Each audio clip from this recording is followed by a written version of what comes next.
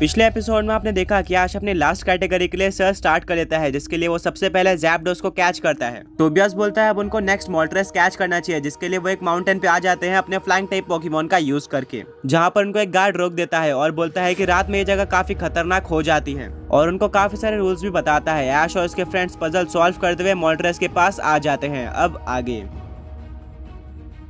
Moltres वहां पर उड़ के आ जाता है और बैटल स्टार्ट होती है। टोबियास बोलता है कि बिल्कुल ज़ैप्डोस के तरह यहाँ पर भी तुम्हें सिर्फ और सिर्फ एक ही चांस मिलने वाला है, अगर तुम हार जाते हो तो मोल्ट्रेस भाग जाएगा। ऐश बोलता है कोई बात नहीं, मैं स्टार्टिंग से ही अपने फुल पावर से जाऊंगा। वो अपना पोकेबॉल निकालता है और भेजता है ग्रेनिंजा को। अब क्योंकि इतनी ज्यादा ट्रेनिंग करके ग्रेनिंजा अपना बॉन्ड एवोल्यूशन मास्टर कर चुका था, इसलिए वो बैटल में आते ही बॉन्ड इवॉल्व हो जाता है, यानी कि वो ऐश के साथ मर्ज हो जाता है। मोल्ट्रेस काफी गुस्से में थी और वो स्टार्टिंग ही फ्लेम थ्रोअर से करती है, जो कि काफी स्ट्रॉन्ग लग रहा था। ये फ्लेम थ्रोअर ग्रेनिंजा पर लग जाता है, जिससे उसको डैमेज पड़ता है। अब मोल्ट्रेस एम्बर अटैक का यूज करती है, बट ग्रेनिंजा डबल टीम का यूज करके इस अटैक को डॉज कर लेता है। अब मोल्ट्रेस को नहीं पता था कि कौन सा ग्रेनिंजा रियल है। इसी बात का फायदा उठाते हुए ग्रेनिंजा यूज करता है वाटर पल्स अटैक का, जो कि मोल्ट्रेस पर लग जाता है और मोल्ट्रेस को काफी ज्यादा डैमेज पड़ता है, क्योंकि ये सुपर इफेक्टिव अटैक था। अब मोल्ट्रेस काफी गुस्सा हो जाती है और वो यूज करती है फायर स्पिन अटैक का, जिससे ऐश का ग्रेनिंजा एक फायर स्पिन में फंस जाता है। उसको नहीं पता था कि यहाँ से कैसे निकला जाए। ऐश बोलता है कि हाइड्रो पंप अटैक का यूज करो अपने चारों तरफ। ग्रेनिंजा बिल्कुल ऐसे ही करता है और वो फायर स्पिन से बाहर निकल जाता है। ब्रॉक और मिस्ट्री ये देखकर काफी शॉक रह जाते हैं और बोलते हैं कि क्या तुम्हारे ग्रेनिंजा ने हाइड्रो पंप सीख लिया है। ऐश बोलता है कि हाँ, ट्रेनिंग करते वक्त वो ये अटैक सीख गया था। ब्रॉक बोलता है ये काफी अच्छी बात है, ये one of the strongest water type attack है, जो कि ग्रेनिंजा के काफी काम आने वाला है। बट तभी ऐश देखता है कि ग्रेनिंजा पे आग लग जाती है, यानी कि वो बर्न हो चुका था। अब उसको हर एक टर्न में डैमेज पड़ेगा।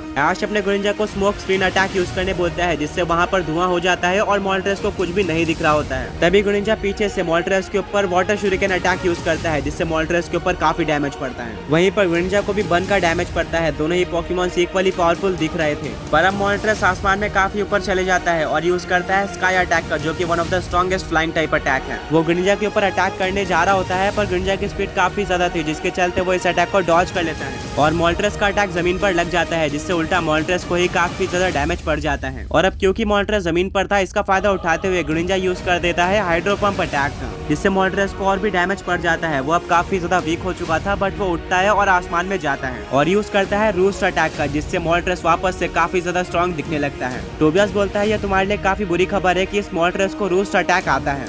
ऐश बोलता है कि रूस्ट अटैक से क्या होता है। ब्रॉक बोलता है कि रूस्ट एक फ्लाइंग टाइप अटैक है, जिससे पोकेमॉन अपनी हेल्थ रिकवर कर सकता है, यानी कि तुम्हारा डैमेज देने का उसके ऊपर कोई भी फायदा नहीं होगा और अब वो बार बार रूस्ट अटैक यूज कर सकता है। ऐश अपने ग्रेनिंजा को डबल टीम यूज करने बोलता है, बट इस बार मोल्ट्रेस एक काफी ज्यादा पावरफुल फ्लेम थ्रोअर यूज करता है। वो एक एक करके सारे ग्रेनिंजा पे फ्लेम थ्रोअर मारता है, जिससे फाइनली रियल ग्रेनिंजा पे फ्लेम थ्रोअर लग जाता है और ग्रेनिंजा का बैलेंस बिगड़ जाता है, जिससे वो जमीन पर गिर जाता है। इसी का फायदा उठाते हुए मोल्ट्रेस यूज करता है स्काई अटैक का, जिसको इस बार ग्रेनिंजा डॉज नहीं कर पाता और उसके ऊपर यह अटैक लग जाता है, जिससे उसको काफी ज्यादा डैमेज पड़ता है। मोल्ट्रेस अब दोबारा से रूस्ट अटैक का यूज कर लेता है, जिससे उसकी पूरी एचपी रिकवर हो जाती है।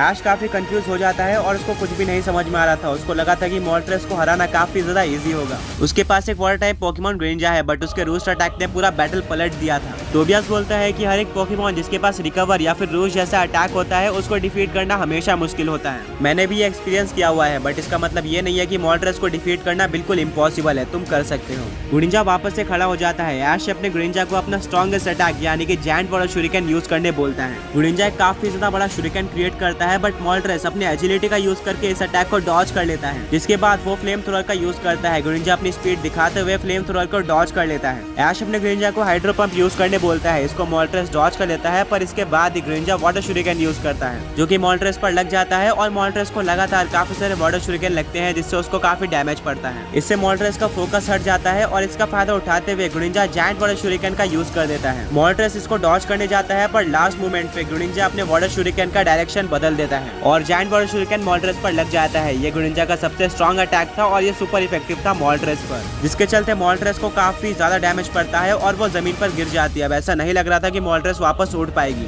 इसलिए ऐश बोलता है कि ग्रेनिंजा चलो इस बैटल को खत्म करते हैं, एक और बार जायंट वाटर शूरिकेन का यूज करो। मोल्ट्रेस उठने की कोशिश करती है और रूस्ट अटैक यूज करने की कोशिश करती है, पर उतने में उसके ऊपर एक और जायंट वाटर शूरिकेन लग जाता है और वो और भी ज्यादा वीक हो जाती है। मौका देखते हुए ऐश नॉर्डन पोकेमॉन निकालता है और मोल्ट्रेस के ऊपर फेंक देता है। अब सब लोग वेट कर रहे होते हैं कि क्या ऐश ने फाइनली मोल्ट्रेस को कैच कर लिया है। पोकेबॉल एक बार शेक होता है, पोकेबॉल दूसरी बार शेक होने वाला होता है, पर तभी मोल्ट्रेस बाहर आ जाती है और वो यूज करती है फ्लेम थ्रोअर अटैक का। ग्रिंजा बिल्कुल रेडी था, वो इस अटैक को डॉज कर लेता है और वापस से वाटर शूरिकेन अटैक का यूज करता है। दोबारा से ऐश मौका देखते हुए नॉर्डिन पोकीबॉल का यूज करता है और इस बार पोकीबॉल 3 बार शेक हो जाती है, यानी कि ऐश ने फाइनली लेजेंडरी बर्ड ट्रियो के सेकंड मेंबर यानी कि मोल्ट्रेस को कैच कर लिया था, जो कि एक फायर और फ्लाइंग टाइप पोकेमॉन है। ऐश का ग्रिंजा काफी ज्यादा थक चुका था। ऐश ग्रिंजा के पास जाता है और बोलता है कि तुमने काफी अच्छा काम किया। ये मोल्ट्रेस काफी स्ट्रॉन्ग था और बिना किसी डाउट के मैं इसको कुछ न कुछ बैटल्स में जरूर यूज करने वाला हूँ। ऐश अपने मोल्ट्रेस और ज़ैप्डोस दोनों को एक साथ बाहर निकालता है और दोनों को एक साथ देखकर ऐश को काफी अच्छा लगता है। ऐश अपने ईवी को बाहर निकालता है और वो अपने टीम के न्यू मेंबर्स यानी कि ज़ैप्डोस और मोल्ट्रेस से उसको मिलवाता है, जिनको देखकर ईवी काफी खुश हो जाती है। बट वो मोल्ट्रेस के ऊपर काफी गुस्सा थे क्योंकि मोल्ट्रेस ने उसको डिफीट कर दिया था। वो मोल्ट्रेस से बैटल करना चाहते थे, जिसको देखकर ऐश और उसके फ्रेंड्स काफी ज्यादा हंसने लगते हैं। ऐश बोलता है कि ठीक है, अगर तुम यही चाहते हो तो तुम मोल्ट्रेस से बैटल कर सकती हो। ईवी काफी खुश हो जाती है।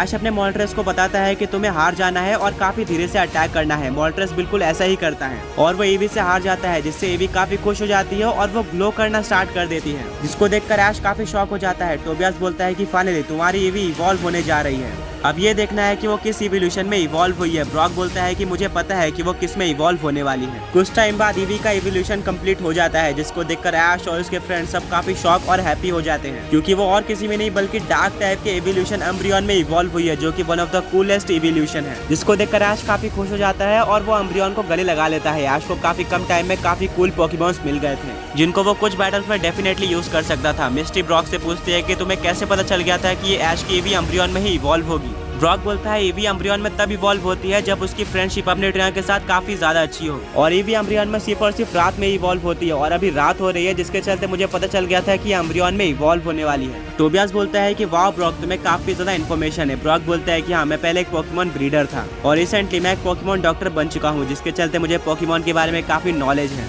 ऐश अपने मोल्ट्रेस, ज़ैप्डोस और अम्ब्रियन सबको पोकेबॉल में लेकर उस माउंटेन से नीचे उतरना स्टार्ट करता है। टोबियास बोलता है कि अब तो हम अपने फ्लाइंग टाइप पोकेमॉन का यूज करके इस माउंटेन से उतर सकते हैं। ऐश बोलता है कि हाँ, तुमने सही कहा। ऐश अपने ज़ैप्डोस और चार्जार्ड को बाहर निकालता है, वहीं पर टोबियास अपने लाटियास और लाटियोस को बाहर निकालता है। सब एक एक पोकेमॉन पर बैठकर उस माउंटेन से नीचे उतर जाते हैं, जहाँ पर उनको वो गार्ड वापस से देखने को मिलता है। वो ऐश से पूछता है कि क्या तुमने उस लेजेंडरी पोकेमॉन को कैच कर लिया? ऐश बोलता है कि हाँ, मैंने कैच कर लिया और इतने रात में मुझे कोई दिक्कत नहीं आई, कोई डेंजरस पोकेमॉन भी हमें देखने को नहीं मिला।